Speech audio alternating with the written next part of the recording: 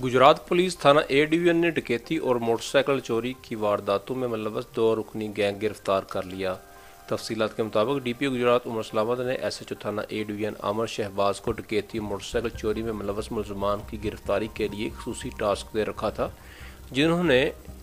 DSP city Parvez Iqbal Gondal की जेर निगरानी खसूसी कार्रवाई करके थाना ए डिवीजन के इलाके में वारदातें करने वाला गैंग को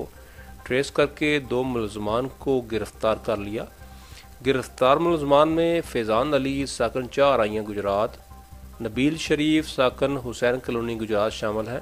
जो थाना ए डिवीजन के इलाका में मोटरसाइकिल चोरी और डकैती की वारदातें करते थे। गिरफ्तार मुलजमान से 50,000 रुपये नकदी, 3 अदद मोटरसाइकिल, मोबाइल फ़ोन और वारदातों में इस्तेमाल होने वाला असलहा 2 अदद पिस्टल 30 बोर बरामद हुआ, जबकि मुलजमान से मज़ीद तफ्तीश जारी है।